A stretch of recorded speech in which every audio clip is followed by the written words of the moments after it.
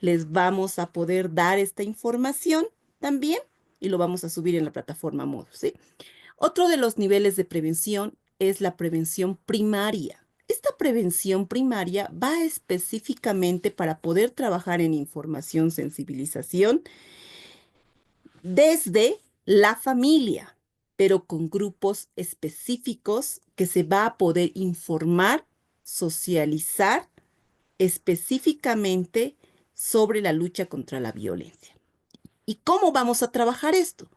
Informando primero cuál es la ruta de la denuncia, conociendo y sabiendo dónde se debe realizar una denuncia y dónde se establece como las instancias promotoras. Para que la sociedad en general esté informada, pero además de estar informada, la sociedad en general, que la sociedad pueda informar a su propia familia, a sus propios hijos sobre el cuidado y protección del cuerpo de la persona. Eso establece el nivel de prevención primaria. Y el nivel de prevención secundaria va específicamente de la misma manera en trabajar en información y sensibilización, pero con grupos específicos. ¿Y cómo se realizan con estos grupos específicos? Esto es lo que ustedes ven en actividades como ser ferias, campañas, talleres, específicamente el trabajo con grupos focales en el área de educación, salud o en cualquier área donde ustedes vean información, sensibilización con estos grupos específicos, se denomina el nivel de prevención secundaria, ¿sí? Primordial, dijimos, el Estado. Primaria, cuando hablamos de la sociedad, cuando se encuentra informado y que esta sociedad también informa dentro del entorno familiar sobre el cuidado y protección del cuerpo de las niñas, niños, adolescentes, ¿no? De las personas vulnerables. Y el nivel de prevención secundaria, específicamente seguimos trabajando sobre información y sensibilización, pero lo que ustedes ven en estos grupos específicos, ferias, campañas, talleres, todo lo que sea esta información y que ustedes hacen cobertura, se denomina el trabajo de nivel de prevención secundaria. Y el nivel de prevención terciaria nos establece todo el trabajo que se ha realizado, pero no ha dado un resultado, o la persona, en este caso la agresora o agresor, ha cometido un hecho. Y eso involucra dentro de una figura de un tipo penal, un delito, ¿no? Algo que me ha gustado el análisis de Boris es, las personas cometen delitos. No, las personas cometen hechos, porque los que juzgan, vale decir los jueces en juzgados de sentencia y tribunales de sentencia, específicamente ellos juzgan los hechos para que el juez nos dé el derecho.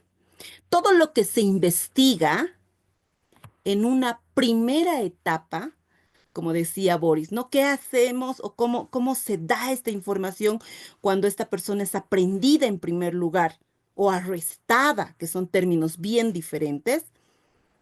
¿Quién va a determinar la situación de esa persona? No va a ser un funcionario policial, no va a ser un funcionario del Ministerio Público, sino una autoridad denominada juez, ¿no?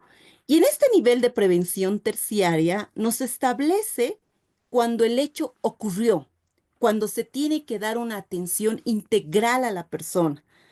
¿Eso que involucra? Cuando la persona ha sido agredida física, psicológica o sexual. Sabemos y conocemos que los tipos de violencia, conforme lo establece la Ley 348, son 16 tipos de violencia. No vamos a hablar de los 16 tipos porque si no, nunca terminamos nuestra sesión. Nos vamos a enfocar específicamente en tres tipos de violencia que son recurrentes, que ustedes cubren estos tipos de violencia. La física, la psicológica y la sexual, ¿no? En este nivel de prevención terciaria, cuando el hecho de agresión sexual ocurrió, necesita la víctima slash sobreviviente que reciba una atención. Y esta atención, nos establece el protocolo del Ministerio de Justicia, tiene que ser una atención integral. Y cuando hablamos de una atención integral, se establece que se tienen que activar las instancias promotoras. ¿Y quiénes son las instancias promotoras? Artículo 42 de la Ley 348. Nos establece que las instancias promotoras son las instancias que van a coadyuvar, colaborar para que se efectúe una denuncia. Uno de los conceptos muy erróneos que se maneja hasta la actualidad es que las personas tienen el conocimiento de que acudiendo a una instancia promotora, sea DNA para las personas, Defensoría de la Niñez y Adolescencia, para las personas menores de 18 años, o SLIM, Servicios Legales Integrales Municipales para personas mayores de 18 años, ponen el conocimiento y estas personas piensan que con ese conocimiento ya inició una denuncia como tal. Y eso es uno de los errores terribles que se maneja porque lamentablemente estas instancias solamente coadyuvan para que un proceso sea efectivo. En este nivel de prevención terciaria, entonces establecemos que el hecho, la persona ya ha sido agredida sexualmente, por lo tanto necesita una atención integral. ¿Quiénes van a intervenir? El Estado tiene que dar una respuesta, una respuesta inmediata cuando una persona pasa por un hecho de agresión sexual. En este caso, es a través de sus instancias promotoras. El apoyo psicológico, social, legal. Pero además de tener un equipo transdisciplinario completo, nos involucra que la víctima debe asistir de manera inmediata ante el médico forense o ante cualquier centro de salud pública. Que las víctimas de los hechos de violencia tengan que ser atendidas por estas instancias. Eso es la parte fundamental de la prevención terciaria. Cuando el hecho ocurrió, cuando se le tiene que dar la atención integral a la víctima y que además de darle una atención integral involucra que deben estar presentes las instancias promotoras. Estos niveles de prevención son fundamentales para poder partir entonces sobre la diferenciación que existe dentro de una atención integral.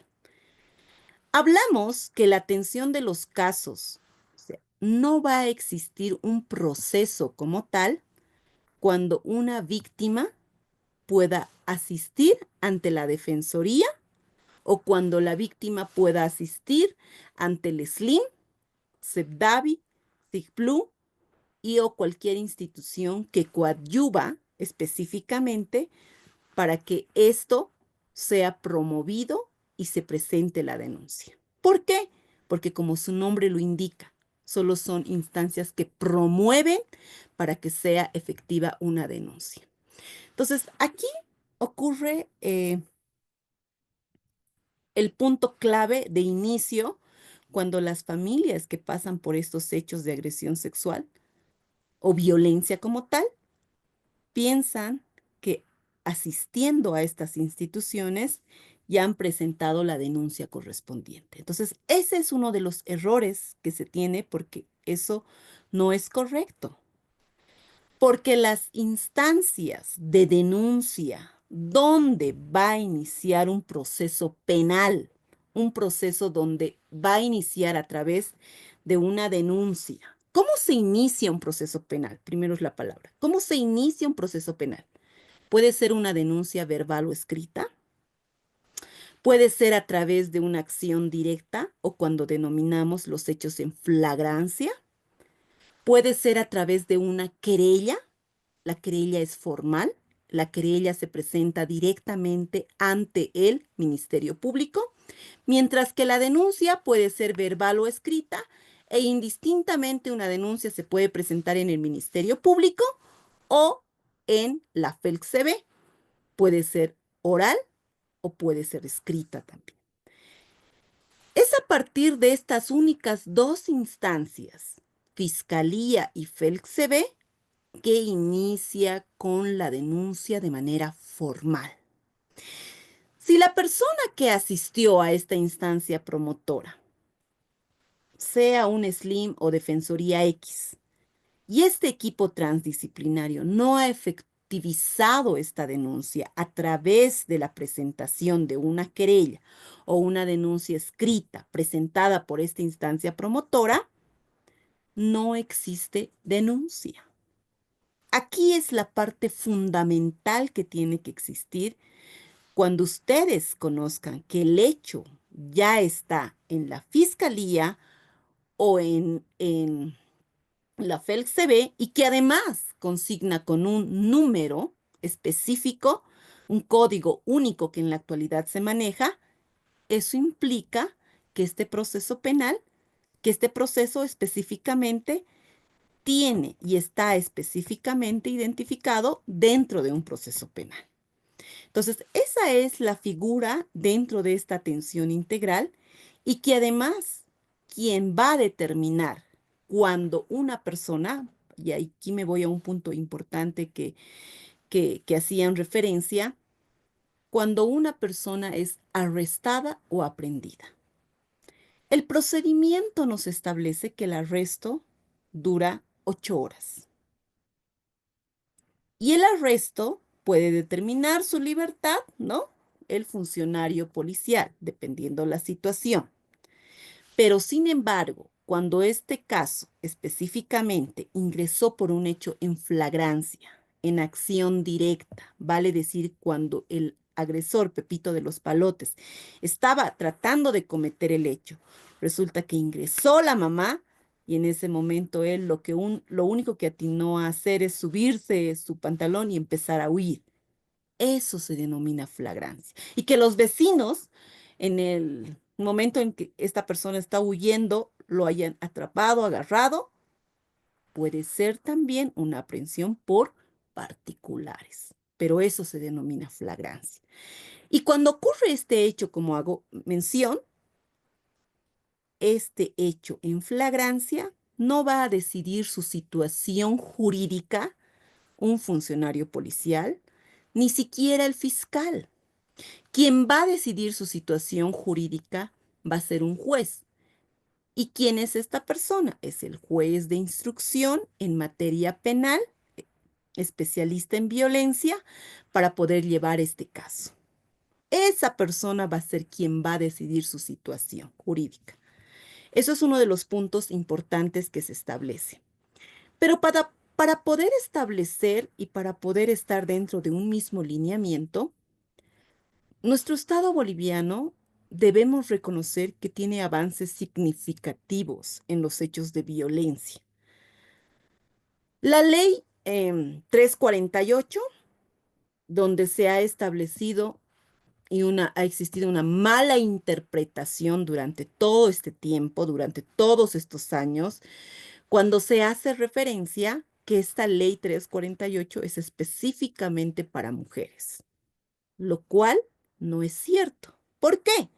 Porque el artículo 5 de esta ley nos establece que todas y todos las personas se benefician de esta ley 348 cuando se encuentren en situación de vulnerabilidad. Va a ser aplicado para cualquier persona que desee presentar una denuncia. Vale decir, ¿puede ser un hombre? Por supuesto que sí. Lo establece la ley 348 y lo establece el artículo 5 específicamente. Pero durante el transcurso de estos años ha existido la mala interpretación de que específicamente esta ley 348 es para las mujeres, ¿no? Pero les pido que se pueda leer con mucha atención el artículo 5 de la ley 348. Un avance significativo y un avance importante que tiene nuestro Estado boliviano, por supuesto que sí. Alguien me dirá, pero no, lo que se aplica es específicamente para las mujeres. Pero tenemos que ser objetivos. Ustedes son objetivos. El área de comunicación es un área muy objetiva donde siempre tiene que contrastar lo real y lo que piensa la otra persona, lo subjetivo, ¿no? Y lo objetivo es que hay el artículo 5 donde nos establece que la ley 348 es para todos y todas, pero que además algo que tenemos que reconocer como seres humanos es que los altos índices de violencia se da en un alto porcentaje para las mujeres. Y esto no desmerece que los hombres, también algunos hombres, pasan hechos de violencia. Pero ¿qué ha tergiversado toda esta información específicamente? Primero, cuando hablamos del género, ¿no? Ustedes saben que el género, el término de género específicamente, se da porque es una construcción social, históricamente, creada por las personas, cuando asignamos roles específicos para las personas, cuando por años y durante años nosotros teníamos la clara diferenciación que un hombre es el proveedor de la familia, que una mujer está en la casa para poder dar la atención a los hijos y la educación a los hijos. Pero estos roles es porque la misma sociedad ha creado y ha fundamentado de cómo es el rol de cada persona. Y claro ejemplo, también otro de los ejemplos muy importantes que se da es desde la identificación que le damos a la niña y al niño, ¿no? Ejemplo, es una niña, ¿qué le vamos a regalar? No, para identificarla primero, de rosado. Es un niño, ¿qué color le vamos a poner? Un color azul, porque tiene que demostrar que esta persona tiene poder, ¿no? Entonces, estos roles han dificultado el tipo de interpretación de lo que nos establece la Ley 348. Pero además de establecer este tipo de diferenciación, específicamente la sentencia constitucional 346 quebrado 2018 del Tribunal Constitucional, nuestra jurisprudencia que lo hacemos vinculante, nos establece y reconoce en esta sentencia constitucional que también los hombres pasan por un hecho de violencia, que también se debe reconocer cómo los hombres también son involucrados en una situación de violencia, pero lo que diferencia es que si hablan en el momento de un hecho de violencia. No nos olvidemos que cuando hemos hablado de género, de la construcción y demás, que cuando hablamos de un hombre, al hombre pues lo vemos fuerte, ¿no? Él no puede llorar delante de los demás porque no puede demostrar su debilidad. En cambio, una mujer, sí, todo el rato puede llorar, puede demostrar ser vulnerable. Este tipo de situaciones ha tergiversado toda la estructura que se tiene y todo el reconocimiento de los derechos que se tiene garantizados desde el Estado boliviano. ¿Sí? Ese paréntesis con la ley 348. Además, el Estado boliviano, a través de la Convención de los Derechos del Niño, ha reconocido una ley específica que se denomina la Ley 548, el Código Niña, Niño, Adolescente. Algo importante que hacía referencia Carmen y Mario. Decían, estas personas, para personas menores de 18 años, tenemos que proteger su identidad. ¿Y dónde nos establece que se tiene que proteger su identidad de las personas? Artículo 144 de la ley 548. Este artículo es fundamental porque hace la reserva de identidad de las personas menores de 18 años.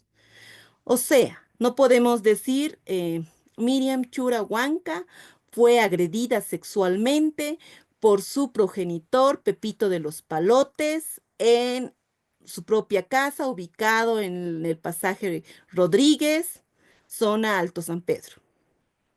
No, Mario y Carmen fueron bien específicos y dijeron, no podemos, no se puede, está prohibido. No se puede realizar porque ustedes tienen que mantener siempre la reserva e identidad. Una de las características que siempre, inclusive desde nuestra posición cuando nosotros llevábamos casos, porque antes lo hacíamos, ayudábamos directamente a llevar estos procesos penales hasta concluir, algunas familias se sentían tan frustradas porque no existía la respuesta del juez, porque el proceso demoraba y nos decía, quiero acudir a este medio de comunicación porque yo sé que con esto vamos a presionar y vamos a hacer que tengamos un resultado.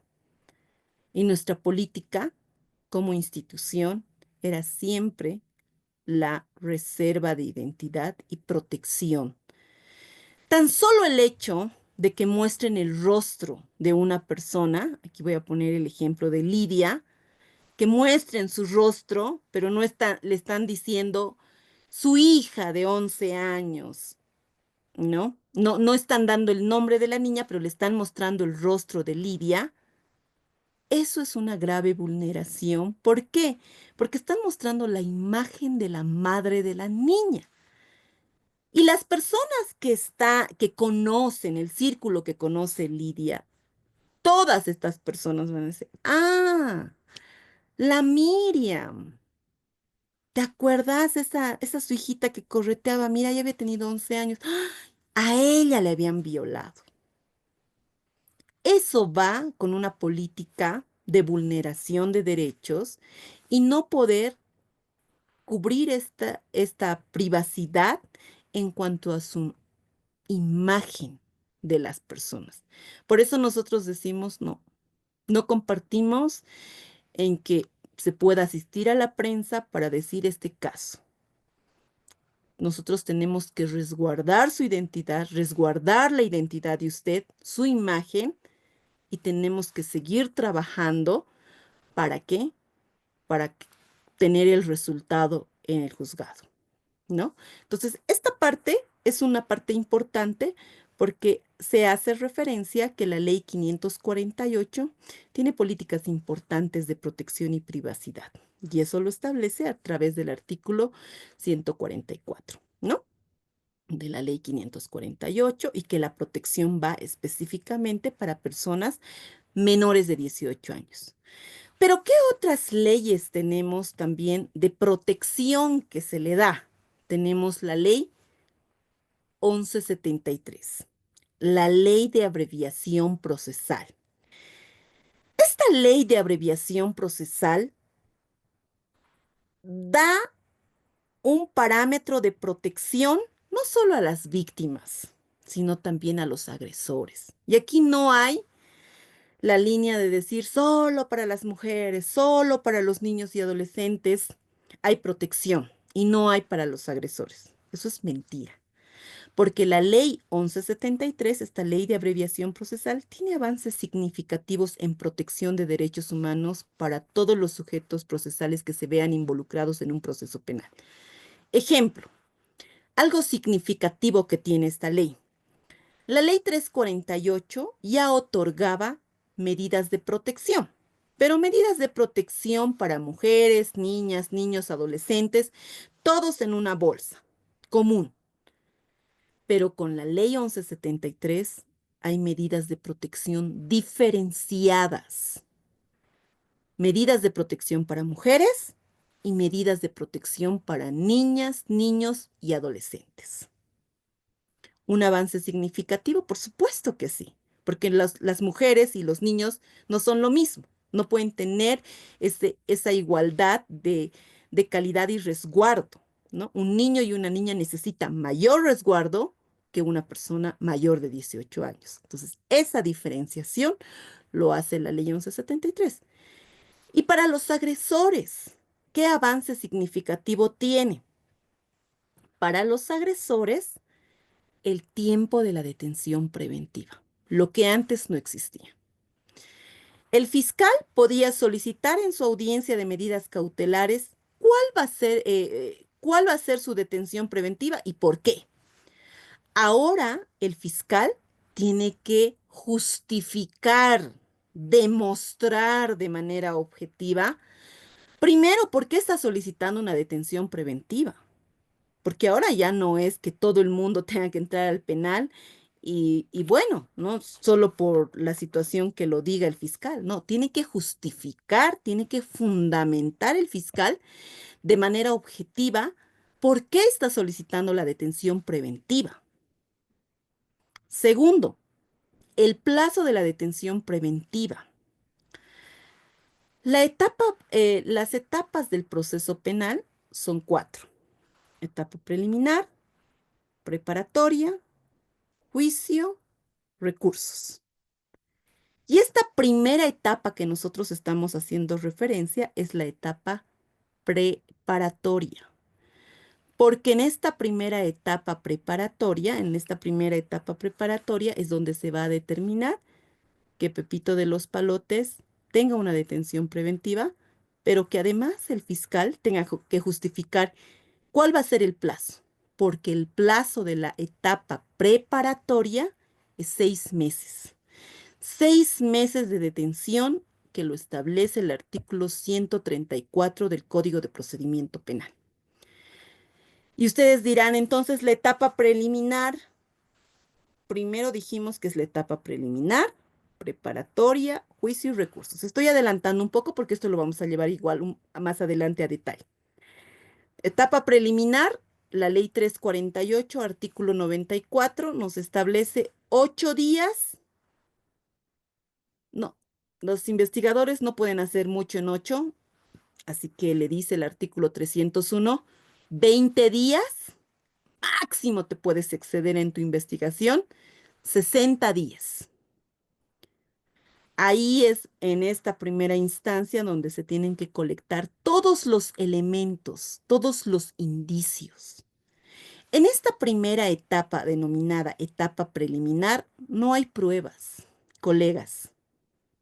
Ese es un mal relato cuando hablamos de pruebas. Son indicios.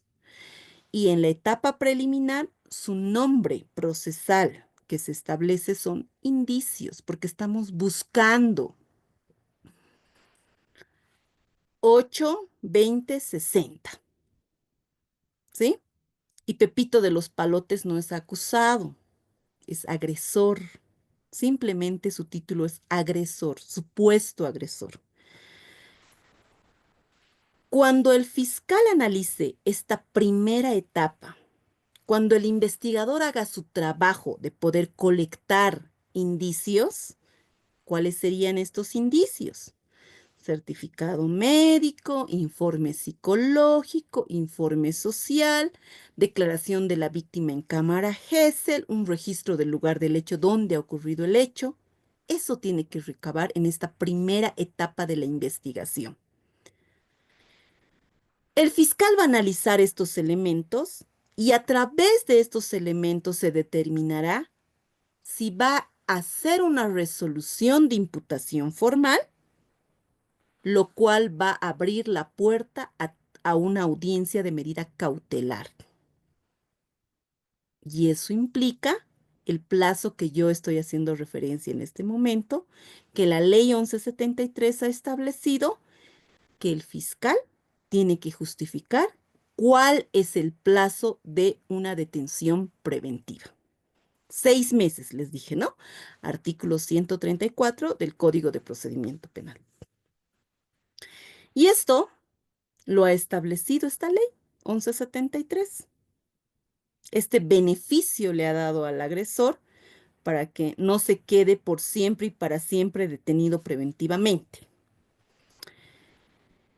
¿Y qué pasa cuando les hice referencia que en esta primera etapa de la investigación no colectan indicios? El fiscal puede emitir una resolución de rechazo. Por lo tanto, no hay la puerta para llevar una audiencia de medidas cautelares. Esas fases del proceso las vamos a desglosar más adelante, pero para que se pueda entender este parámetro de protección que hay con la ley 1173, hago referencia a esto. ¿Sí? Después viene esta ley 1443, esta ley de protección para las víctimas, casos de violencia sexual y los casos de feminicidio. Esta ley 1443, esta ley de protección, ¿cómo nace? Nace producto de este caso emblemático que ustedes recordarán, el caso Richard Choque, donde se ha destapado lamentablemente una olla, una bola de corrupción, desde médicos, jueces, autoridades que no nos podíamos imaginar estaban, ¿no?, involucrados. ¿Y qué pasaba con esta ley 1443? Con esta ley, colegas, nos han demostrado que los agresores tenían todas las facilidades de poder salir de un centro penitenciario. Aquí no existía que esta persona está detenida preventivamente porque realmente no hay un debido proceso para la persona. No, no, no. Nos demostró el caso Richard Choque cómo estaba la situación judicial y que además las facilidades que tenía. ¿Qué implicaba? Que Pepito de los Palotes tenía una enfermedad y podía presentar ante un juez un simple certificado médico acreditando que Pepito de los Palotes se encontraba delicado de salud. Y eso era un fundamento para que pueda beneficiarse y pueda solicitar la cesación a su detención preventiva y que además esta persona, al salir del centro penitenciario, podría realizar cualquier actividad e inclusive delinquir. Con esta ley 1443 se ha establecido que ya no cualquier persona puede salir del penal porque simple y sencillamente está delicado de salud. Tiene que ser valorado ahora por un perito experto en el área. ¿Y quiénes son estos? El Instituto de Investigaciones Forenses, vale decir el IDIF. El IDIF tiene que ser la instancia donde va a solicitar, ¿no?, esta evaluación médica para poder beneficiarse, si corresponde, de una cesación a la detención preventiva y que Pepito de los Palotes pueda salir del penal. Pero ahora tiene que ser más objetiva. Ya no va a ser cualquier profesional médico que otorgue un certificado médico para poder salir, sino tiene que ser expertos peritos en el área. Y eso sería el IDIF, ¿no?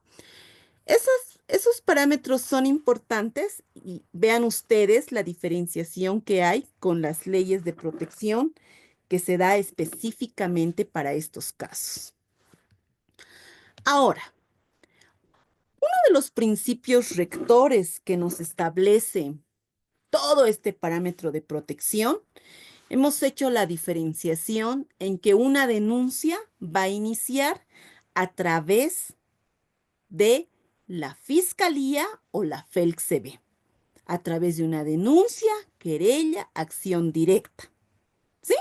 Esas van a ser las vías para poder iniciar.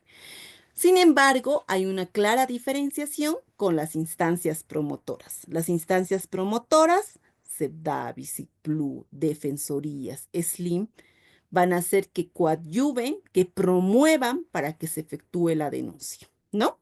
Entonces, estas instituciones denominadas los agentes de protección que dan en primera línea tienen que dar desde la forma de atención a las niñas, niños, adolescentes, mujeres, hombres, personas con discapacidad, a todas las personas vulnerables, un trato de calidad y calidez, un trato de no revictimización, un trato de no discriminación, una atención prioritaria y especializada, un, una confidencialidad. Eso es uno de los principios rectores que va en protección de estas personas, ¿sí?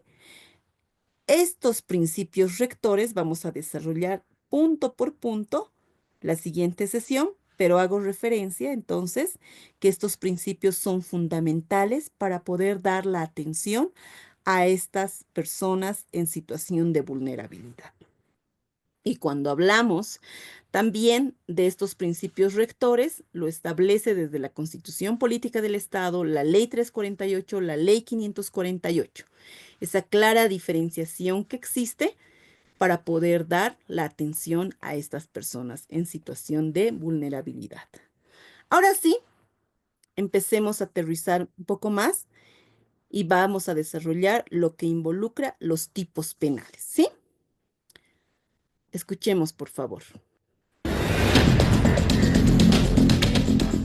Confianza ni en la camisa. Un grupo de amigos se juntaron en un domicilio para consumir bebidas alcohólicas. Luego de varias horas y con los efectos del alcohol, uno a uno cayeron en los brazos de Morfeo. Es ahí cuando uno de ellos aprovechó para abusar sexualmente de la esposa del dueño de casa, que también había bebido junto a ellos. En circunstancias de estos hechos, la pareja queda ya en completo estado de ebriedad y deciden pasar a su dormitorio para descansar. Es en esos momentos o en esa situación de que el autor de este hecho ingresa al domicilio, es decir, al dormitorio de la pareja, y procede a tener relaciones sexuales con la misma. Es así que al día siguiente todo ha sido normal y le llamó uno de sus amigos, le indicó que su celular se había perdido. Y el esposo refiere de que no se haga problema en virtud de que tienen cámaras dentro de la casa y que se iba a dar el seguimiento pertinente. Él conjuntamente su esposa verifican el hecho y descubren cómo el mejor amigo, en este caso, le saca del cuarto donde descansaba, semi inconsciente, y la viola. Es en el sentido de que se ha hecho la denuncia en forma rápida.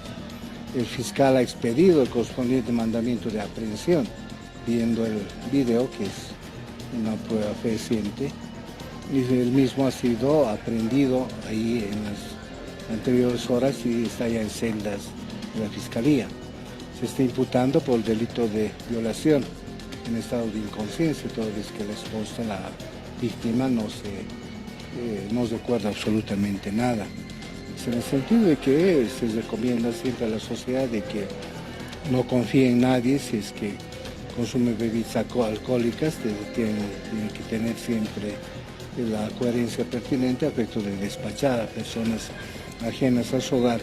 Es el momento donde existen violaciones no solamente a personas mayores, sino también a niños, como anteriormente se ha podido verificar. Y aquí viene el mundo de los tipos penales.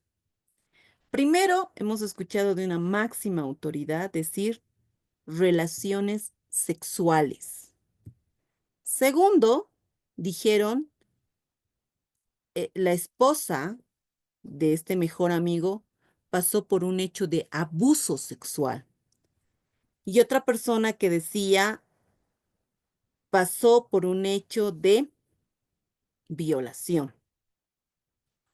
Frutas y verduras, todos en uno. Primero, para poder establecer cuando hablamos de un hecho y cuando hablamos específicamente de un contacto sexual con consentimiento, podemos hablar de un hecho de relaciones sexuales, porque las relaciones sexuales son hechos consentidos por las personas. Por eso estamos hablando de relaciones sexuales. Pero aquí el término va cuando una persona, primero decía en el video, inconsciente o semi-inconsciente, una persona donde no ha tenido la libertad de poder decir o tener la opción de decir sí, no, porque esa parte es fundamental para estos hechos de agresiones sexuales. Y tercero, el término no es relaciones sexuales porque la persona no lo ha consentido. El hecho que siempre, y recomendación importante, podemos utilizar es un hecho de agresión sexual. Cuando no estamos tan seguros de una figura de un tipo penal, es importante establecer como un hecho de agresión sexual. Porque vean ustedes este cuadro. Una cosa es violación, otra cosa es violación de infante, niña, niño, adolescente, peor el estupro y otra cosa es abuso sexual. Cuando yo digo, esta persona pasó por un hecho de abuso sexual y que además otra persona dice, esta persona se encontró ensangrentada en el interior del cuarto, las sábanas manchadas de sangre, pasó por un hecho de abuso sexual.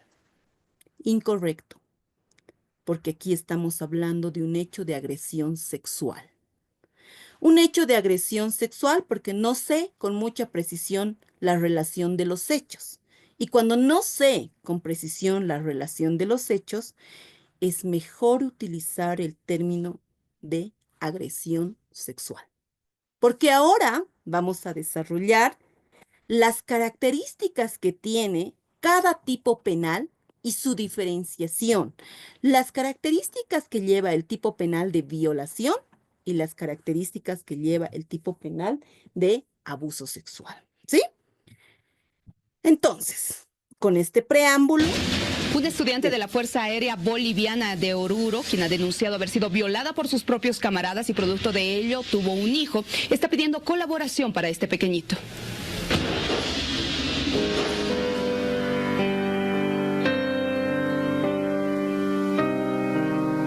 Carla, nombre convencional, vivió la gestión 2018, un momento en su vida que hasta hoy aparece en sus sueños.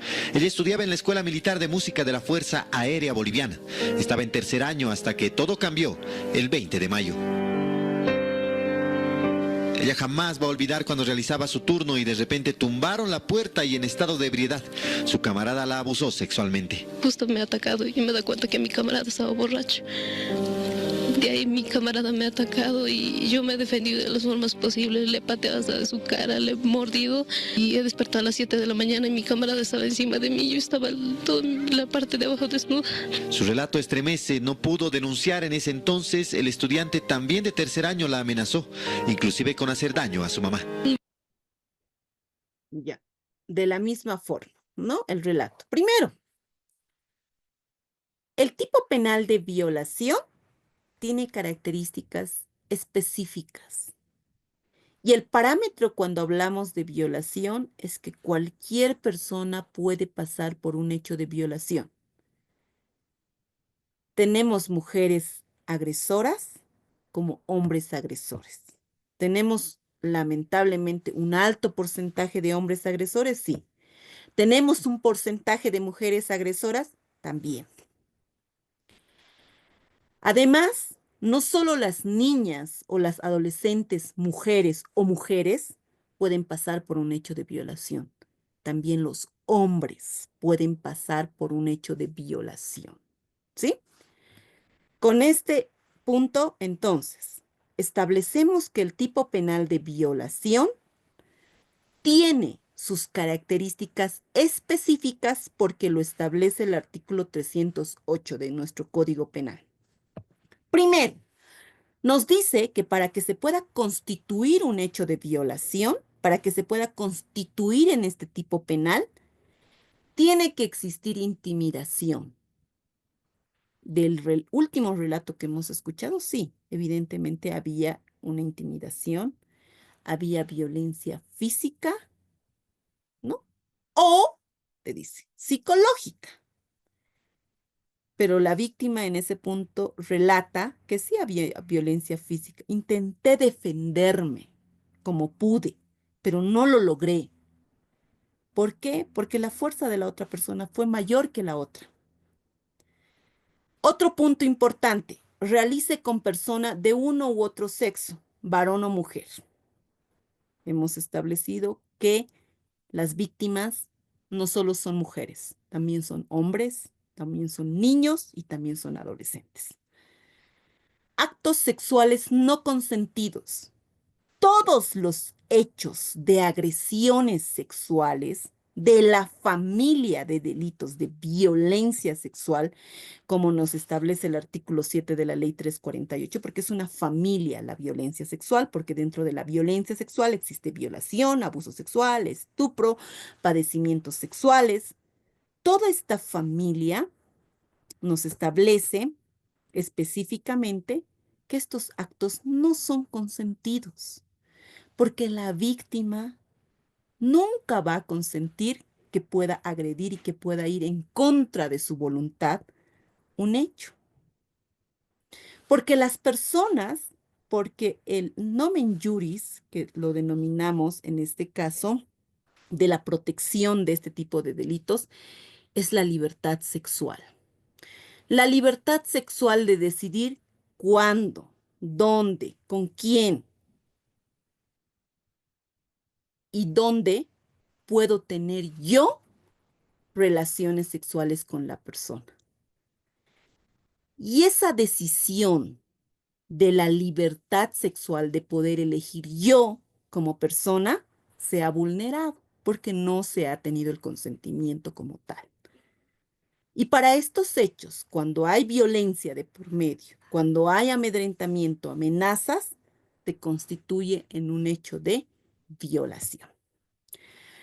El acceso carnal no solo puede ser por la introducción del miembro viril en la vagina de la mujer o de la niña o del adolescente.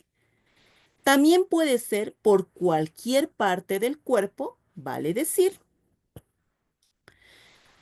a algunos agresores en los procesos que nosotros llevamos, cómo se satisfacían sexualmente, cómo satisfacían su libido sexual a través de la introducción de los dedos en la parte anal de la víctima. ¿Por qué? Porque la víctima era un niño y le introducía a su agresor sus dedos y de eso sentía placer y satisfacción el agresor. O de cualquier objeto nos establece. Una de nuestras víctimas, más allá de haber ido a consumir bebidas alcohólicas, haber estado con el mejor amigo y la mejor amiga, 4 personas le agredieron sexualmente y no satisfechos con turnarse y demás, le introdujeron la caja mecánica del camión a la víctima. Con eso sintieron placer, satisfacción sexual, sí, porque más allá de haberla agredido sexualmente, porque se turnaban, jugaban a la botella, después de haber terminado de jugar a la botella, le introdujeron la caja mecánica, ¿no? Y lamentablemente lo hicieron anal y vaginal, prácticamente la destrozaron a esta adolescente. Y luego la botaron, ¿no? Entonces, no solamente para que se pueda constituir este hecho de violación es la penetración del miembro viril. Puede ser cualquier parte del cuerpo o de cualquier objeto. Esos son los ejemplos más destacados que puedo mencionar ahora. Vía vaginal, anal u oral. Estas son las 3 características que existe para el tipo penal de violación. Pero además nos dice, para que pueda constituirse este tipo penal de violación, el parámetro de la persona víctima está su edad entre los 14 hasta que la persona pueda ser una persona de la tercera edad. Vale decir, 14, 15, 18, 20, 30, 40, 50, 60. ¿Por qué les mostraba el primer video? Porque en el primer video la persona creo que tenía alrededor de 32 años. Los amigos iban por esa edad. Era una persona mayor. Con estas características que estamos mencionando, se constituye en un hecho de violación. Por lo tanto, no hablamos de abuso sexual, porque existe la penetración del miembro viril de cualquier parte del cuerpo o de cualquier objeto. Y la persona puede ser agredida vía vaginal, anal u oral. Otro de los casos que yo recuerdo en los que llevábamos era que el papá era un funcionario policial. Ellos vivían en un cuarto. Esto les estoy contando de las épocas cuando yo trabajaba en las defensorías de la niñez y adolescencia, por el 2012. Entonces, el papá llegaba, sabía que la mamá iba a llegar alrededor de las 12 de la noche, porque ella tenía ventas de golosinas y demás, que apoyaba a una señora también en comida. Y el papá hacía que su niña pueda introducir su miembro viril en su boca. Pero además les dividía entre el cuarto y la cocina una cortina. Entonces los hermanitos pequeños de 5 o 7 años observaban lo que hacía el papá con esta niña de 11 años de edad. Ese es uno de los casos más terribles que he podido conocer en ese entonces. Sé que hay peores, ¿no? Pero lamentablemente este caso, con las características que yo estoy describiendo para ustedes, ¿se constituye en un caso de violación, sí o no? Boris, ¿qué dice usted? Lidia, ¿qué dice usted? Que sí se constituye porque claramente, como he explicado, es vaginal, anal u oral. Entonces, en este caso sería la tercera, ¿no? Pero la víctima tiene 11 años de edad. Ah, bueno, sí, en ese detalle, a partir de los 14 años usted también especificó. Excelente, Lidia, muy bien, felicidades. Entonces, estoy hablando, está bien, pero estoy hablando de otro tipo, de otra persona, ¿no? ¿Por qué? Porque el parámetro de la persona para que se constituya dentro de este tipo de violación, artículo 308, es a partir de los 14 en adelante. Entonces, no va con el relato que les estoy diciendo, ¿no? No va, pero sí va para otro tipo penal, que enseguida les menciono. Otro caso que se me viene a la mente era un caso muy sonado que era sobre un hecho de violación a una monja en los Yungas por 3 personas. Era una persona de 70 años, ¿no? Esta persona había sido agredida sexualmente por los 3, ¿no? Entonces, esto sí va para un hecho de violación porque la persona tiene 70 años. Muy bien, excelente. La pena que establece para este tipo penal es de 15 a 20 años. Y alguien se estará preguntando, entonces, ¿de dónde sale 30 años? ¿Por qué las familias dicen 30 años? Yo quiero para esa persona que le ha agredido a mi niño, yo quiero 30 años, ¿no? Vayamos avanzando entonces.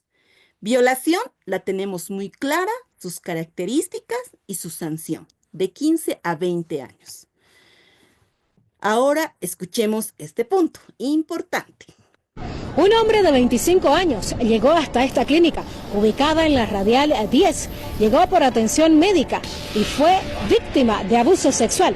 Le contamos el testimonio de este hombre que encontró a su agresor cometiendo este hecho.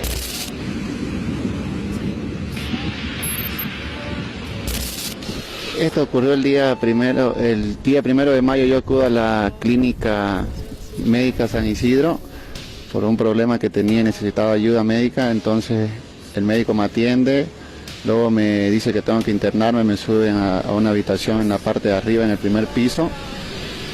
Luego me suministran medicamentos, lo que tenía que hacer.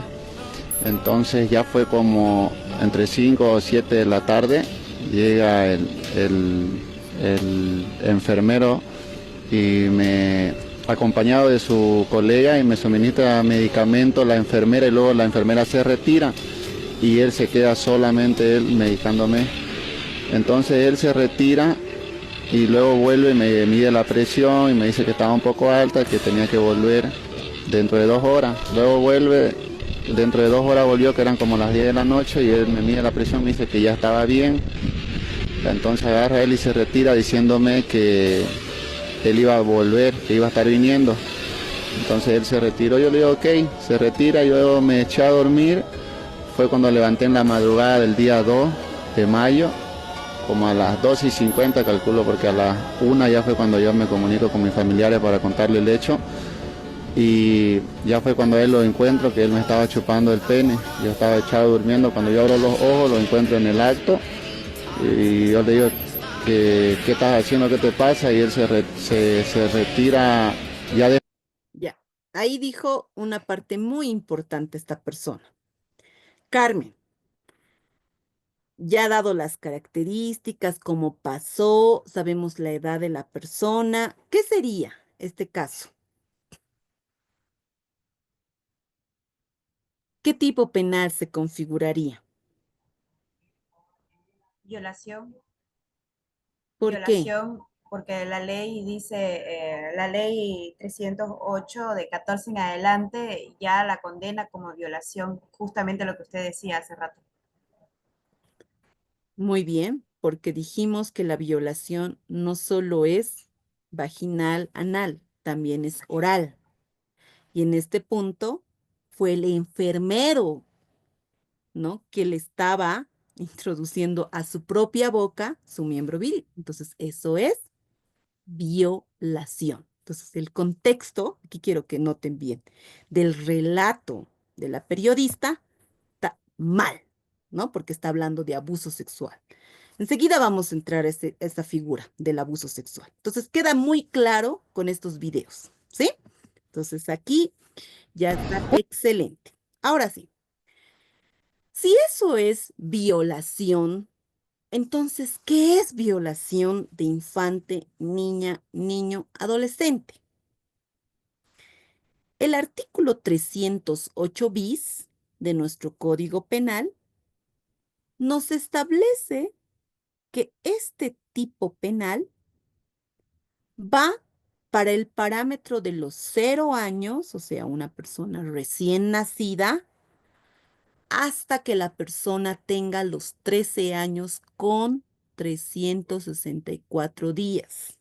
Vale decir, minutos antes de que cumpla los 14 años, se va a configurar en el tipo penal de violación de infante, niña, niño, adolescente.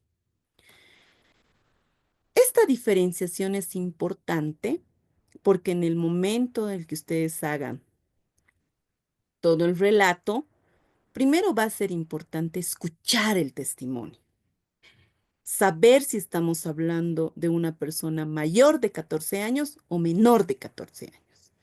Y en este caso es desde los 0 años hasta los 13 años con 364 días, minutos antes de que cumpla los 14. Las características son casi similares al tipo penal de violación, pero ¿qué difiere? Primero, la edad. Segundo, ¿qué difiere? El consentimiento de la persona.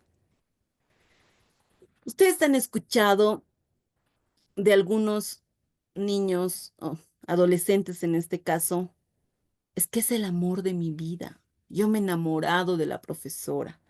O de un caso reciente, no tan reciente, pero debe ser del año pasado, cuando este niño de 12 años se enamoró de la mejor amiga del salón de belleza de su mamá, ¿no? Entonces la señora salió a la prensa y dijo, pero él me buscaba, él me molestaba, él venía a mi casa. Así la persona tenga todo el consentimiento para decirle, yo estoy enamorado de ti y sé que eres el amor de mi vida, y esta persona tenga y sea menor de 14 años, ese consentimiento no es válido. No es válido. Por eso aquí hay un punto importante, la edad y el consentimiento. No es válido su consentimiento de esta persona menor de 14 años. En este caso, también existen otros casos, ¿no? Donde los niños, niñas, adolescentes menores de 14 años pasan por este acceso carnal sin consentimiento por parte de cualquier persona. Todas las características, como les hacía referencia, son similares al tipo penal de violación, pero en esto difiere la edad y el consentimiento. Y que además, noten ustedes, en el tipo penal de violación de infante, niña, niño, adolescente, la pena es de 20 a 25 años. Hasta aquí no vemos 30 años. Entonces, ya las características son importantes. Ahora, ¿qué pasa con algunos casos? Y sé que ustedes me preguntarán igual al final, pero me adelanto. ¿Qué pasa con estas personas entre adolescentes que quieren experimentar y en esta situación tienen, noten ustedes el término que estoy utilizando, relaciones sexuales porque son consentidas, pero estas relaciones sexuales, dice nuestro código, si no existe violencia, no existe intimidación, violencia psicológica, física, y la persona está entre el parámetro de los 12 años de edad y la otra persona con la que ha tenido este acceso carnal tiene 15 años de edad, o sea, la diferenciación de 3 años, siempre que no exista violencia, estas pueden ser exentas de responsabilidad. Vale decir que no puede haber una responsabilidad para la otra persona. ¿Sí? Entonces, eso es un parámetro importante, pero siempre y cuando no se configure los hechos de violencia y las características que ustedes ya lo conocen. Esos serán de 10, 1 que pase esto, ¿no? Pero los 9 son lo contrario, ¿sí? Solo eso para que lo tengamos la figura bien clara de las personas que pueden ser exentas de responsabilidad, siempre y cuando exista consentimiento, no exista violencia de por medio, ¿sí? Artículo 308 bis. Ahora sí, escuchemos. Y aquí me voy a ir al ejemplo y a la respuesta que Lidia nos da. Ah, no, decía, no. Si es menor de 11 años, porque el ejemplo que les daba del funcionario policial, la víctima tenía 11 años de edad. Entonces estamos hablando con las características que hacemos referencia del tipo penal de violación de infante, niña, niño, adolescente. Clarísimo. Ahora sí. La niña de 11 años fue abusada por su propio padre durante varios días. De cómo uno se enteró de esta situación, o por lo menos en el entorno familiar, porque ella contó a sus compañeras lo ocurrido.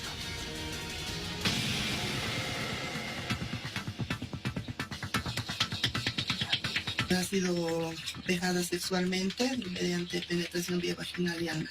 La víctima refiere de que todo el tiempo que el padre llegaba en estado de ebriedad es que agredía sexualmente a la menor. La denuncia ha sido impuesta toda vez que han sido 3 días consecutivos que ha sufrido esta agresión sexual.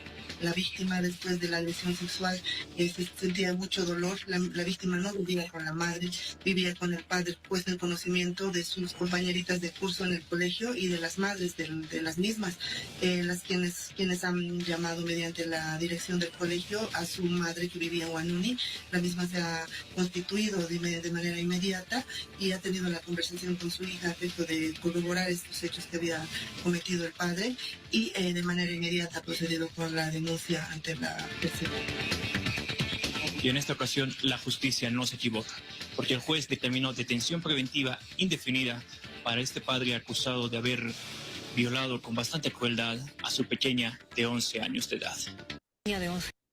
Pero ahora ustedes saben que hay un plazo a la detención preventiva. La periodista, la comunicadora que decía, una niña de 11 años fue abusada sexualmente por su padre, ¿no? Entonces aquí, ¿cuál sería el uso correcto dentro de esto? Mario, ¿cuál sería el uso correcto de este relato como tal?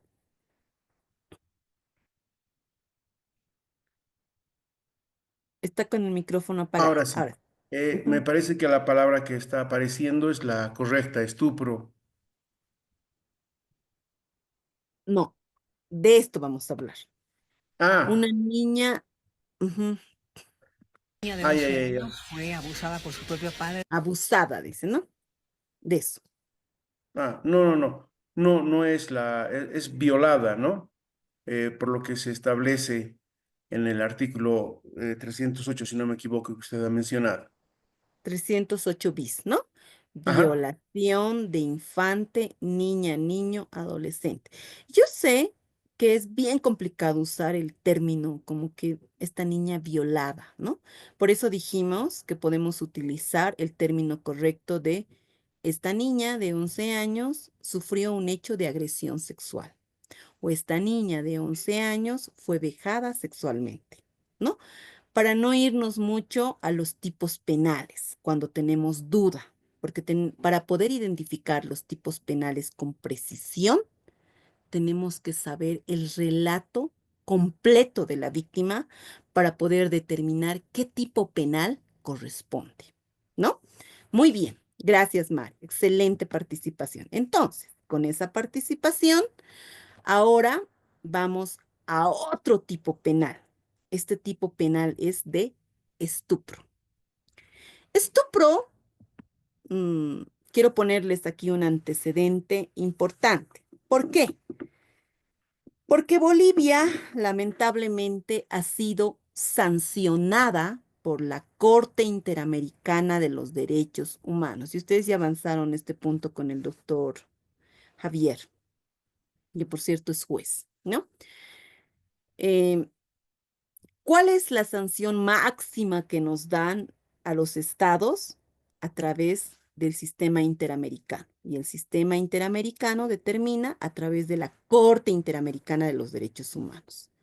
La Corte Interamericana puede sancionar a los estados, puede dar sus recomendaciones y sus sanciones también pueden ser pecuniarias.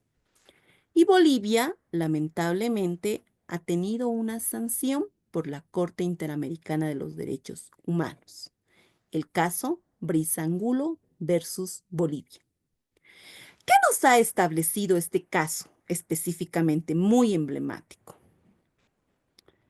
¿Y qué recomendaciones le da al Estado boliviano? Que lamentablemente este tipo penal de estupro está disfrazado porque la esencia del estupro es violación. ¿Por qué?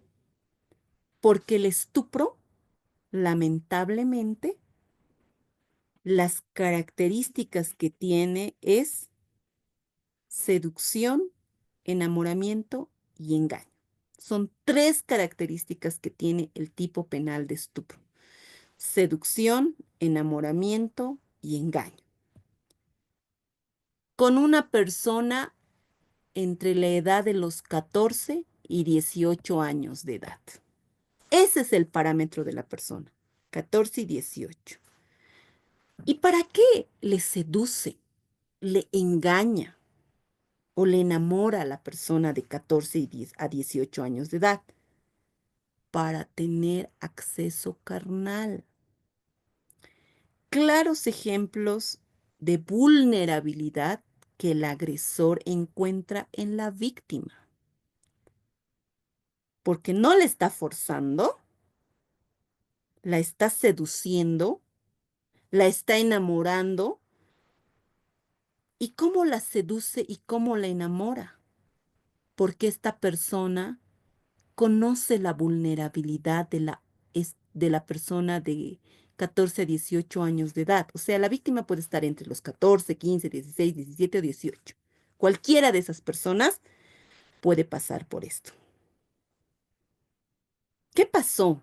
Mire, en la época de la pandemia, conocíamos muchos casos. Uno de los casos que me llama que sigo recordando es cuando el cuñado le decía a la adolescente de 15 años y que esta familia, lamentablemente, La adolescente de 15 años con su mamá y sus hermanitos pequeños vivían en una casa de adobe, sería mucho, en una casa cubierta con calaminas y con telas.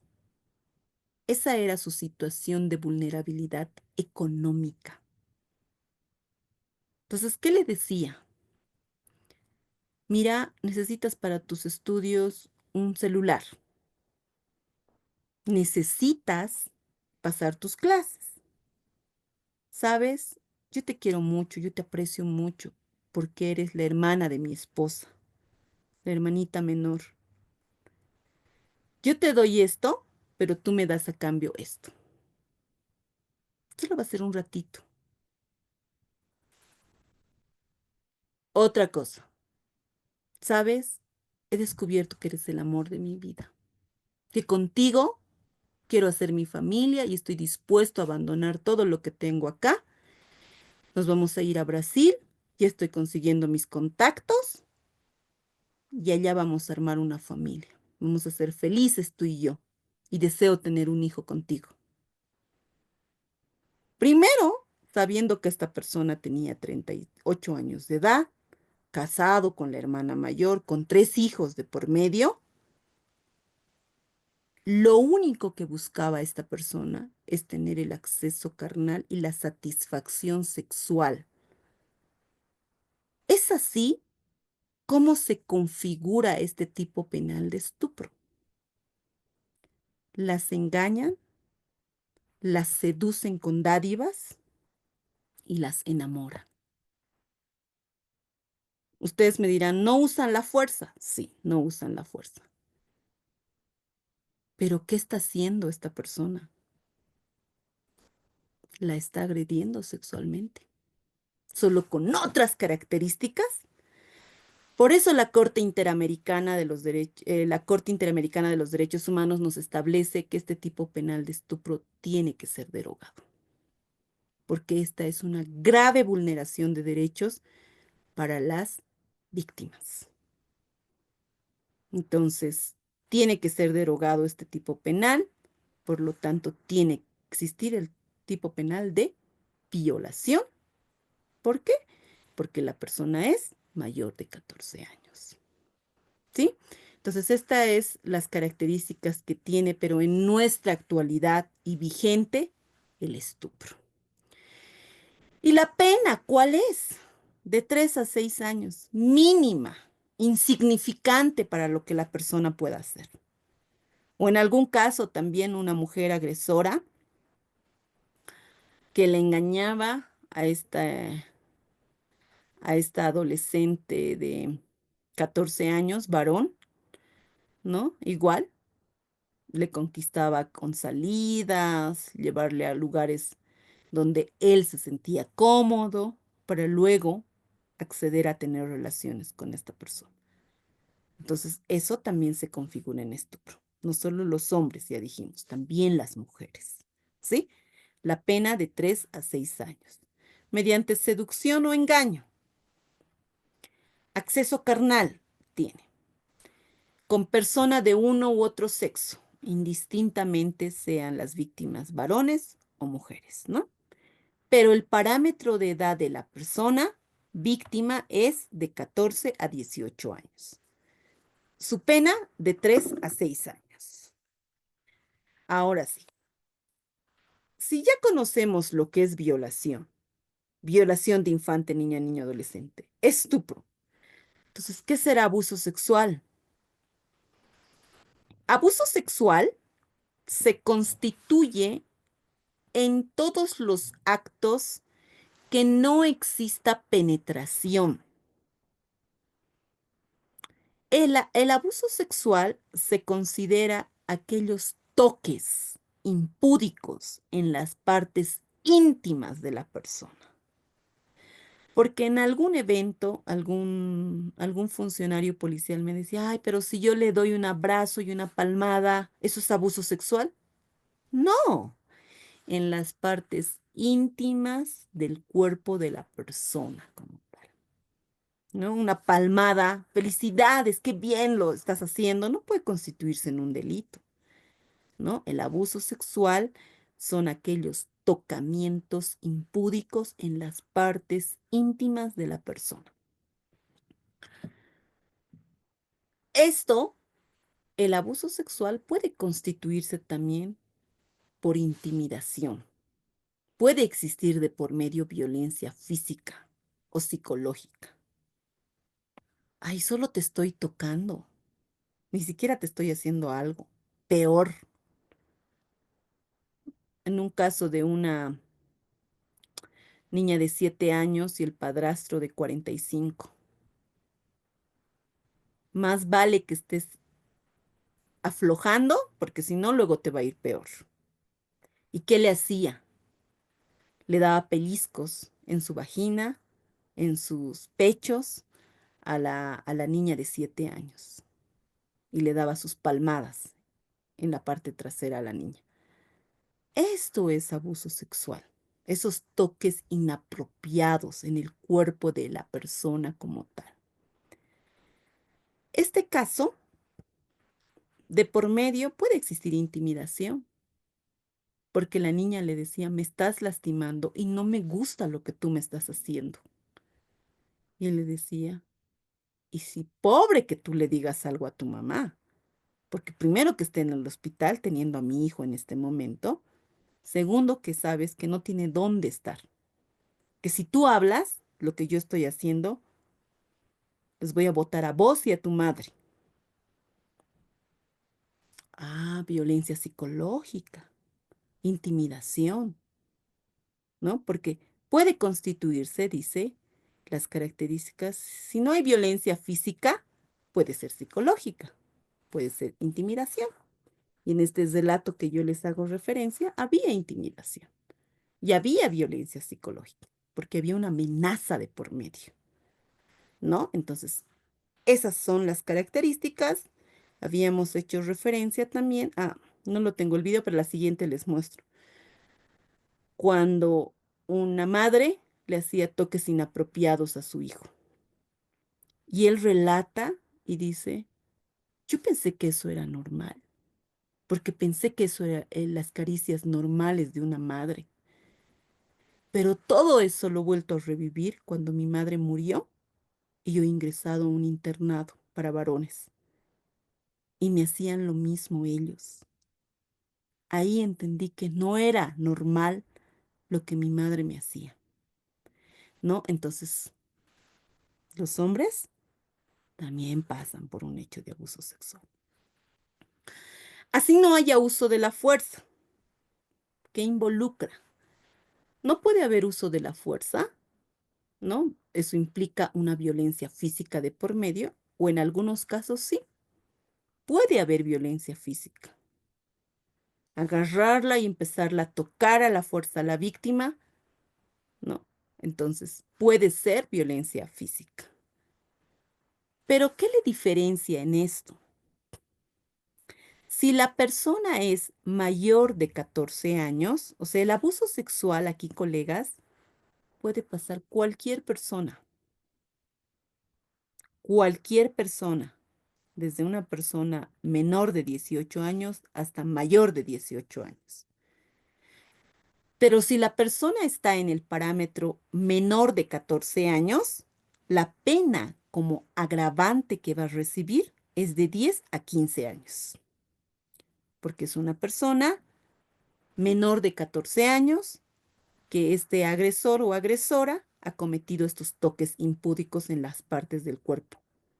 Entonces, si esta víctima tiene menor de 14 años, su pena será de 10 a 15 años.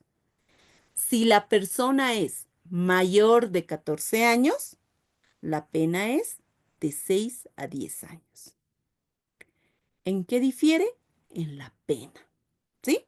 Entonces, ahora sí ya conocemos con mucha claridad cuando hablamos de violación, abuso sexual, estupro y violación de infante, niña, niño, adolescente. De todos estos tipos penales, ¿en qué momento han escuchado 30 años? ¿Alguien quiere participar? Ninguno, ¿cierto? Porque hemos dicho violación de 15 a 20. Violación de infante, niña, niño, adolescente, de 20 a 25 años. Estupro, de 3 a 6 años. Abuso sexual, de 10 a 15 años, si la persona es menor de 14 años, y si la persona es mayor de 14 años, de 6 a 10 años. Hasta ahora no hemos escuchado 30 años, ¿no? Aquí viene el punto importante. Esto les voy a hacer escuchar al final. Esto es un punto bien importante, este video. Aquí vienen las agravantes. Nuestro código, nuestra legislación boliviana, como en otros países, ejemplo, Estados Unidos, no admite pena sumatoria, pero sí hay una excepción a la regla. Y la excepción a la regla son las agravantes. Las agravantes nos establece en nuestra legislación que si bien no va a haber una pena sumatoria por los delitos que cometa Pepito de los Palotes, pero esta excepción a la regla en estas agravantes involucra 5 años más. O sea, artículo 310 del Código Penal. ¿Qué nos dice? Si el tipo penal de violación de infante, niña, niño, adolescente es de 20 a 25 años, y ustedes preguntarán, ¿pero quién va a determinar la pena entre 20 a 25 años? El juez. El juez decide cuál va a ser la pena que va a recibir esta persona, porque va a considerar si tiene atenuantes o si tiene agravantes. Y en este caso, si hay agravantes, involucra 5 años más a la pena que le va a dar el juez. Imaginemos el tipo penal de violación a la niña de 11 años, 25 años, más sus agravantes. Se tiene que demostrar los agravantes, colegas, para que el juez pueda razonar y decir, ah, es cierto, la adolescente de 13 años, producto de esta violación por parte de su progenitor, quedó embarazada. ¿Dónde lo establece? Artículo 310, inciso K. Si la víctima se encuentra embarazada o si como consecuencia del hecho queda embarazada. Quedó embarazada. ¿Cómo lo demostramos? A través de la investigación durante la etapa preparatoria. Por lo tanto, eso involucra que vamos a colectar las evidencias correspondientes, porque en la etapa de juicio oral se van a convertir estas evidencias en pruebas. ¿Sí? Entonces, ese es el punto importante, las agravantes que le da una sumatoria a la pena. Violación. La sanción tiene de 15 a 20 años. El juez decide darle 20 años. El ministerio público y la abogada de la víctima demuestra que la víctima tuvo algún grado de discapacidad, que en el momento de los hechos la víctima tenía 15 años, tiene discapacidad física, entonces agravante, artículo 310, inciso I. La víctima tuviere algún grado de discapacidad. ¿Cómo voy a demostrar? Tengo que demostrar todo de manera objetiva. No es decir por decir, ah, la víctima está mal, la víctima tiene este tipo de discapacidad, a través de su credencial, ¿no? Donde nos establece el grado de discapacidad que la persona tenga. Entonces, colegas, estas son las agravantes que suman a la pena en estos delitos de violencia sexual. Entonces, aquí ya no vamos a confundir cuando hablamos de abuso sexual, de violación, violación de infante, niña, niño, adolescente, abuso sexual, estupro. Son tipos penales diferentes. Por lo tanto, cuando no sabemos el contexto total de la víctima, es mejor establecer un hecho de agresión sexual, ¿no? Que le da una figura donde posteriormente establecerán cuál será ese tipo penal.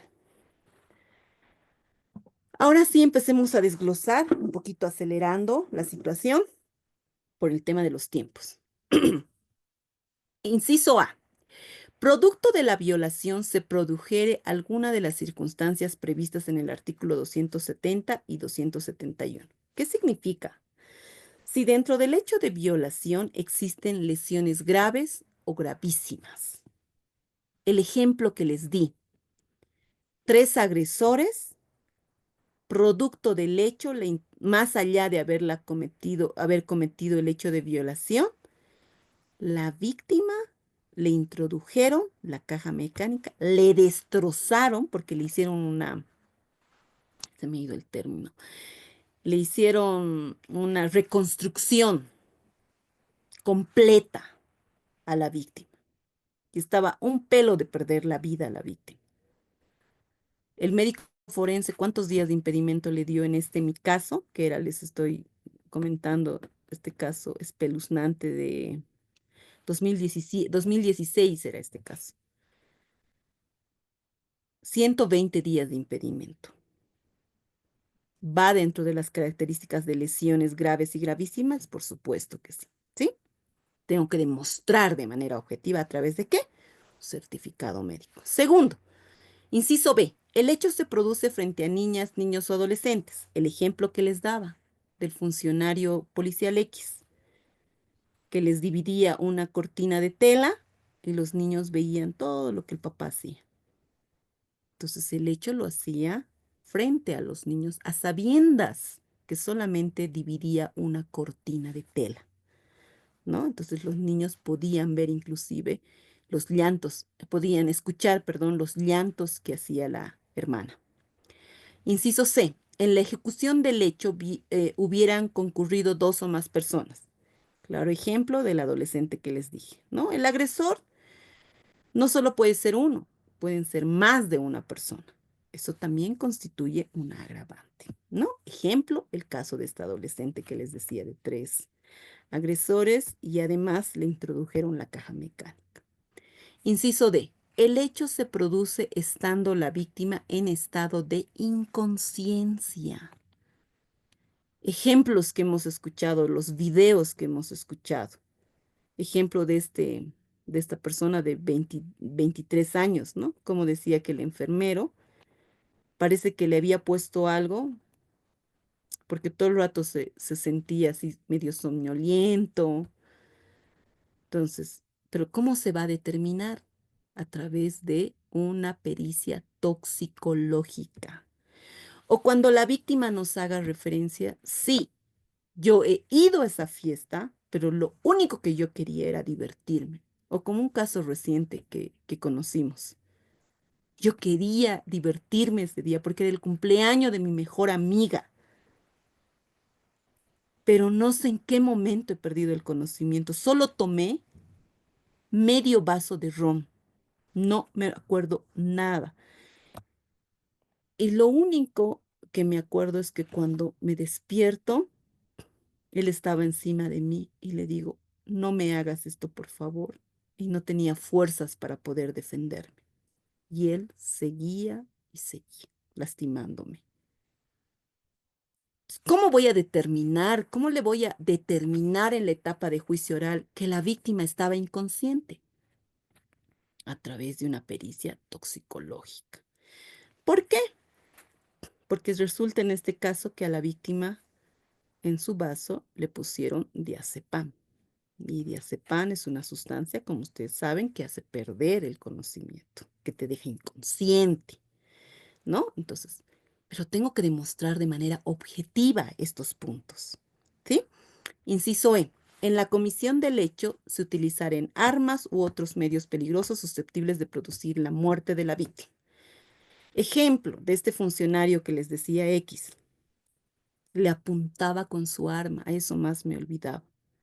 Cuando la víctima no accedía a las solicitudes de su padrastro, le apuntaba con un arma. Y le decía, yo te voy a matar si tú no haces lo que yo te estoy diciendo. También eso se tiene que demostrar de manera objetiva. Por eso, solo aquí un paréntesis, El relato de la víctima es importante. Los detalles que pueda brindar la víctima es fundamental. ¿Fundamental para quién? Fundamental para poder armar una teoría de caso objetiva. Una teoría de caso por parte del Ministerio Público, una teoría de caso por parte de la víctima y también por parte de la Defensoría de la Niñez. Tiene que tener su teoría de caso. El sustentar estos hechos con el relato de la víctima y que además poder contrastar de manera objetiva, ¿sí? Inciso F. El autor fuese cónyuge, conviviente o quien la víctima mantiene o hubiere mantenido una relación análoga de intimidad. O sea, dentro de la relación matrimonial puede existir un hecho de violación, sí. Dentro de una relación de cónyuge o conviviente, también. Si la persona, sea varón o mujer, menciona que no quiere acceder a tener relaciones sexuales, se respeta. ¿Por qué? Porque si la otra persona no respetase, aún así fuera dentro del entorno matrimonial, se puede constituir como un hecho de violación porque así lo establece dentro de las agravantes. O quien la víctima mantiene o hubiere mantenido una relación análoga de intimidad, ¿sí? Inciso G. El autor estuviera encargado de la educación de la víctima o si ésta se encontrara en situación de dependencia de esto. ¿Para quiénes va esto? Profesores, progenitores, personas que están bajo el cuidado y dependencia de la víctima. El abuelo, la abuela, el tío, la persona que tenga la dependencia de esta persona, menor de edad, ¿no? Inciso H. El autor hubiera sometido a la víctima a condiciones vejatorias o degradantes. Todos los hechos de agresiones sexuales de la familia de delitos de violencia sexual son condiciones humillantes que la víctima pasa. Su sinónimo de condiciones vejatorias o degradantes son actos humillantes. Actos humillantes porque van en contra de la integridad física, sexual de la persona. Inciso I. La víctima tuviera algún grado de discapacidad. Ya dijimos, ¿no? Que esto lo tenemos que demostrar de manera objetiva. Sea una discapacidad física, mental, se tiene que demostrar. Inciso G. Si la víctima es mayor de 60 años. Ejemplo, había mencionado a la monja de 70 años, el caso de los yungas, ¿no? 70, y si aquí dice que las agravantes, si la víctima es mayor de 60 años, se configura dentro de esto, ¿no? Inciso K. Si la víctima se encuentra embarazada o como consecuencia del hecho queda embarazada. En un porcentaje, las víctimas en estos casos quedan en situación de embarazo. Inciso L. Tratándose del delito de violación, la víctima sea mayor de 14 años y menor de 18 años. Ah, ¿qué pasa? Esto ha sido una de las reformas que ha dado la ley 1173, la ley de abreviación procesal. Antes esto no era un agravante. ¿Cuántas adolescentes han pasado por un hecho de violación? Y eso no se constituía en un agravante. Pero ahora si la víctima tiene 15 años, 14, 15, 16, 17 o 18 y ha pasado por un hecho de violación, se va a constituir en un agravante y le van a dar la pena sumatoria de 5 años más. ¿Sí? Inciso M. El autor hubiera cometido el hecho en más de una oportunidad en contra de la víctima. El caso X que les decía de la niña de 11 años. Venía el padrastro y le amenazaba, inclusive le amenazaba con un arma de fuego y lo hacía de manera recurrente porque sabía que la progenitora llegaba a altas horas de la noche, todos los días.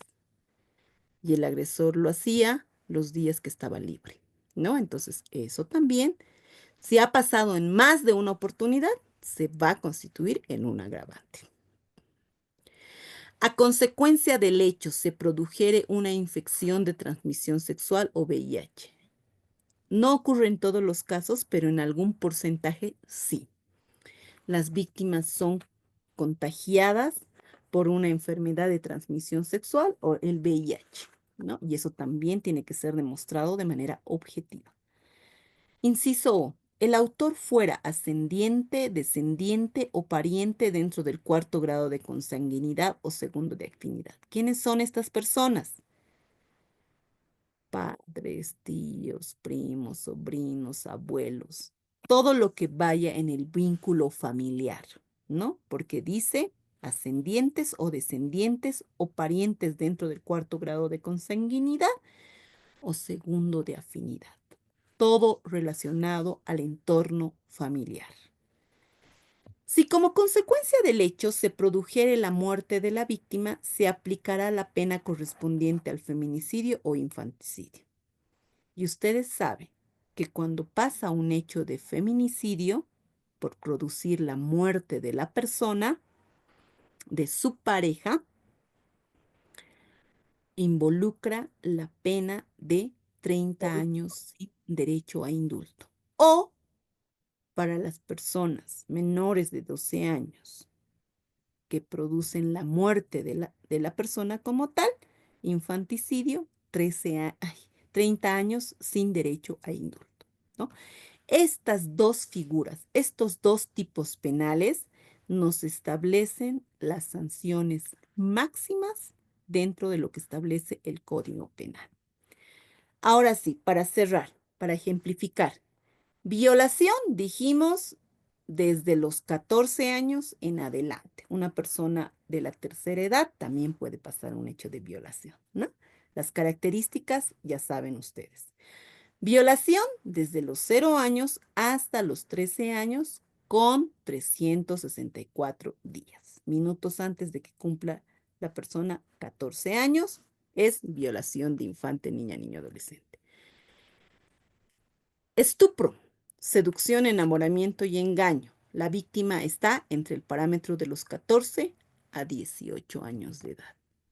Abuso sexual, cualquier persona, ¿no? Ya sabemos en relacionado a los toques. Solamente son toques impúdicos en las partes del cuerpo íntimo de la persona.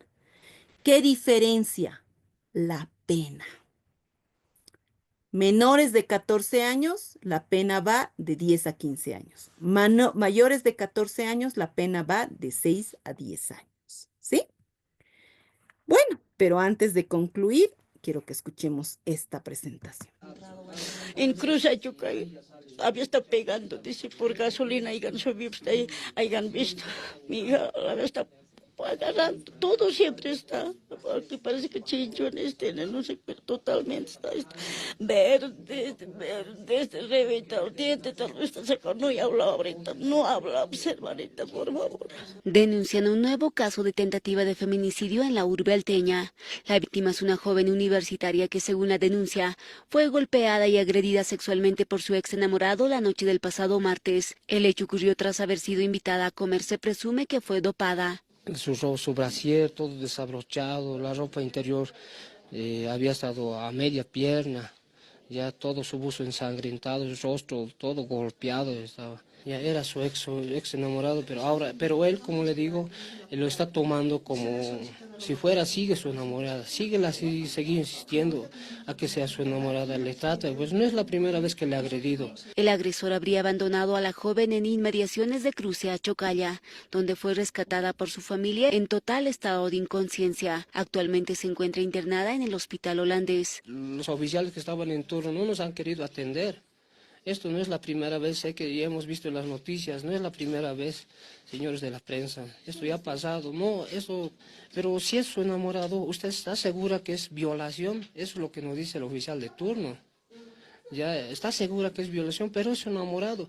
Pero si es que el caso no sigue, ustedes van a salir afectados. Nos han tratado de intimidar, no lo han tomado, pero Esther está a la muerte, estaba ayer, no podía ni. Con eso concluyo mi presentación. Muchas gracias por su atención. ¿Tenemos dudas, preguntas? Yo sí quiero preguntar. Andrés Kobayashi. ¿Qué interpretación le damos de este video sobre todo lo que hemos desarrollado en esta sesión? ¿Andrés? Ya, los que no me responden significa que no estamos en sesión, ¿sí? Ahí para que tome ¿Me el aguanta? equipo. Ahora sí. ¿Me Adelante, escucha? Andrés. Te escuchamos, ahora sí. Para Pita de nuevo la pregunta, por favor. De ese video que acabamos de ver, ¿qué características importantes puede resaltar usted? Claro que sí.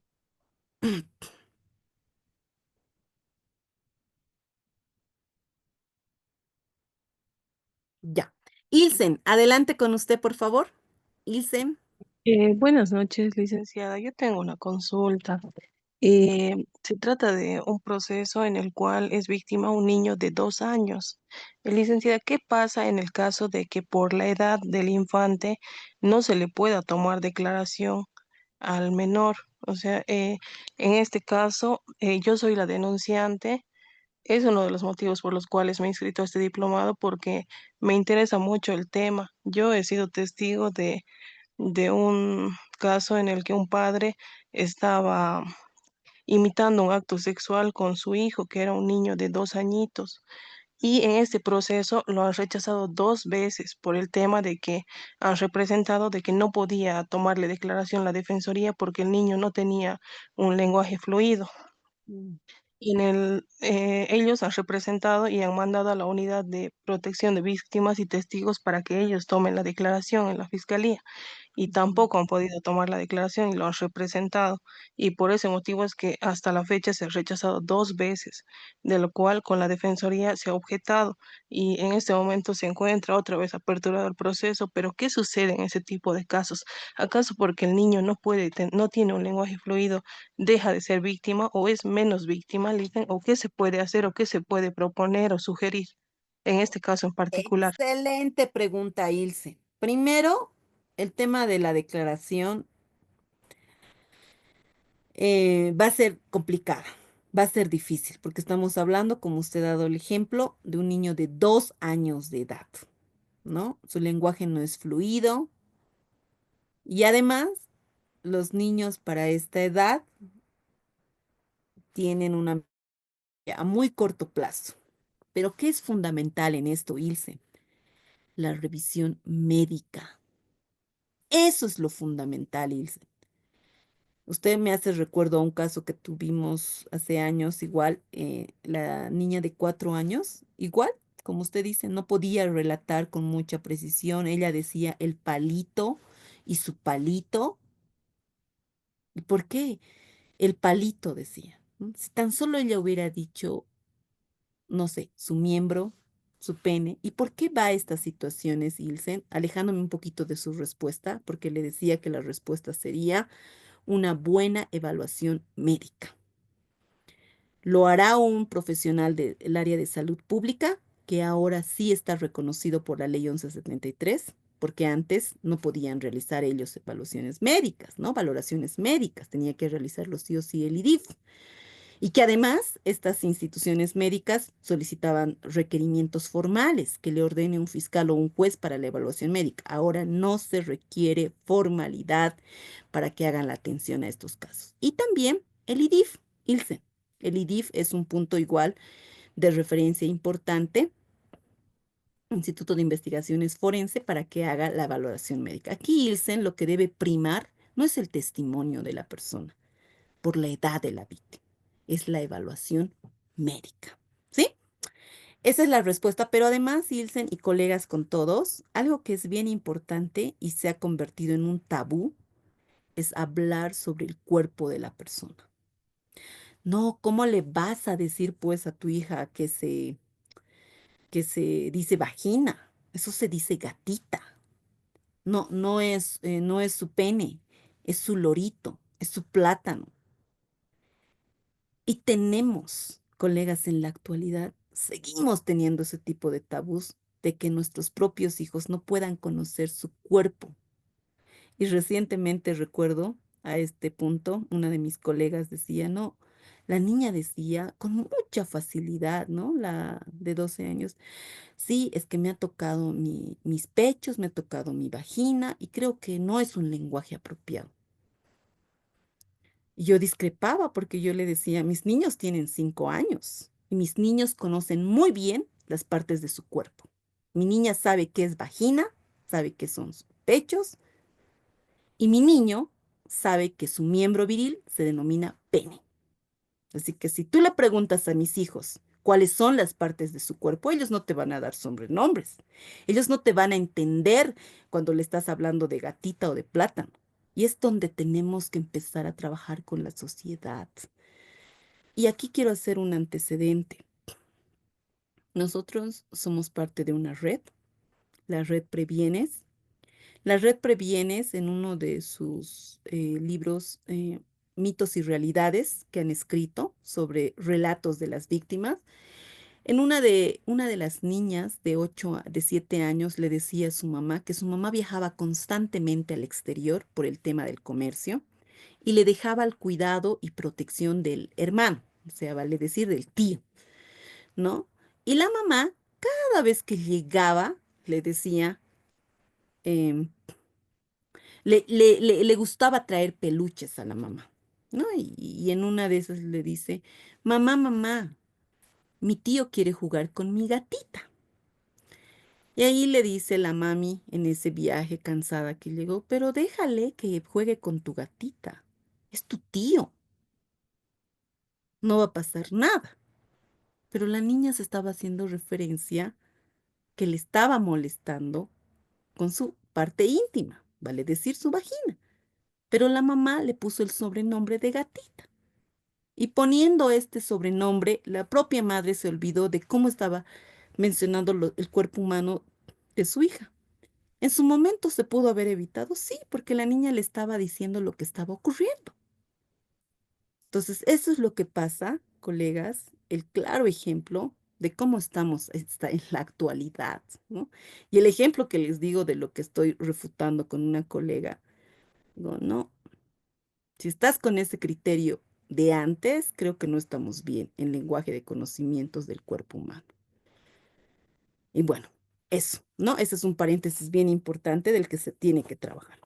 Beimar, adelante, por favor, con usted. Buenas noches, doctora. Bueno, habiendo escuchado atentamente su clase y la exposición que realizaba sobre los tipos penales y su caracterización, evidentemente en los medios de comunicación formal sobre todo, cuando uno llega a su sala de redacción es pues cuando uno redacta la nota, sobre todo en los medios de televisión, quien determine, quien dice es el entrevistado, ¿no? Hizo esto o hizo la caracterización y no es tanto el periodista. Y muchas veces los jefes de prensa propiamente son los que determinan, ¿no? No lo digas vos, pero que lo diga, pero no se trata de este tipo de delito tal cual, pero que lo diga el investigador, el fiscal, los parientes de la víctima, en fin, en todo caso. En ese entendido, evidentemente hay esa falencia, ¿no? Pero también está el otro lado, la otra cara de la moneda, doctora. Usted entenderá que nuestra legislación boliviana, mientras no haya una calidad de sentencia con ejecutoria, la presunción de inocencia está por encima y es una garantía constitucional que también lo establece nuestra Constitución. Sin embargo, los medios de comunicación, el hecho de mostrar al agresor, presunto agresor, porque no está todavía sentenciado, ya le dan una muerte civil. Y en muchos casos se comprueba que las denuncias son falsas, que las denuncias no tienen asidero o en algunos casos incluso llega una sentencia absolutoria, pero el daño ya está, el daño ya está. Entonces, esa parte también habría que considerarla. Evidentemente, toda su exposición está en razón de la víctima. Yo pues, plenamente de acuerdo, pero también en algunos casos también sucede que el supuesto agresor resulta que es prácticamente con una muerte civil que le dan a través de los medios y eso también le conlleva, ¿no? a un tipo de perjuicio para él. Eso es mi comentario, doctora. Gracias. Gracias, Weimar. Vamos a tocar más adelante el punto que usted hace referencia. Por eso habíamos iniciado específicamente con la responsabilidad, ¿no? La protección que se tiene que dar cuando se está en un hecho de investigación. Y por eso le decía a uno de sus colegas, que se me fue el nombre en este momento y se salió, porque no me respondió la pregunta, era, ¿qué identifica usted del último video que hemos visto? Habla de una víctima, habla una madre de la víctima, pero no le muestra el rostro. Habla, busca, imagino que, como usted dice, los jefes y demás de prensa, buscan como las imágenes donde no vaya sobre su imagen de la persona. Porque yo pienso, hasta yo deduciría, que este medio de comunicación sí está sensibilizado y sí conoce la normativa como tal y sabe que no puede exponer el rostro de las personas porque se tiene que cuidar la imagen. Existe ese estándar de protección, de cuidado en imagen para las personas que están en etapa de investigación, Weimar. Y coincido con usted. Una persona es culpable no solo con la sentencia, es cuando ya tenga una sentencia ejecutoriada, firme, que esté en juzgado de ejecución, que esté cumpliendo su pena. Esa es una verdadera sentencia, ¿no? Pero que eso, Weimar, no se preocupe. Esto es extenso, nuestro diplomado. Lo vamos a llevar más adelante, ¿sí? Pero muy buen punto de vista. Entonces, bueno, como no hay preguntas, creo que concluimos con eso nuestra sesión. Muchas gracias y todos estos tipos penales, ahora sí, ya hay mucha claridad cuando utilizamos el tema del relato. Boris nos hacía la diferenciación cuando hablamos de abuso sexual, violación, que siempre existe em, una confusión cuando empezamos a relatar los hechos, decía, ¿no? Y que además quiero cerrar con esta parte. ¿Qué decía ese hermano de la víctima en esa entrevista? El policía me decía, ¿estás seguro que es violación? ¿Estás seguro que es, no sé, pues abuso sexual? Cualquier persona que no conozca, que no sea especialista en el área, ¿qué va a saber pues qué es violación? ¿Qué va a saber si está seguro de lo que ha hecho o no ha hecho? Ese es un trabajo del investigador, del funcionario policial que tiene que hacer su trabajo, ¿no? Entonces, ese contexto les mostraba para que podamos analizar y pensar en cuán bien están haciendo la tarea sobre el estándar de la debida diligencia. Todos los funcionarios públicos tienen que trabajar con el estándar de la debida diligencia. Y el estándar de la debida diligencia es una atención pronta y oportuna, una atención eficiente y eficaz, una atención donde se deben demostrar los hechos y no los delitos como tal. ¿Sí? Bueno, colegas, buenas noches. Nos vemos conmigo el día viernes, que vamos a hablar sobre lo que involucra la ruta de actuación interinstitucional, esta ruta importante que ya ha dado un lineamiento desde la Fiscalía General y que todas y todos que intervenimos en la atención de casos de violencia debemos conocer. ¿Sí? Entonces, eso llevamos la siguiente sesión. Muchas gracias y buenas noches a todas y a todos. Gracias, doctora. Buenas noches. Muchas gracias. Buenas noches. Muchas gracias. Buenas noches. Buenas noches, doctora. Buenas noches a todos.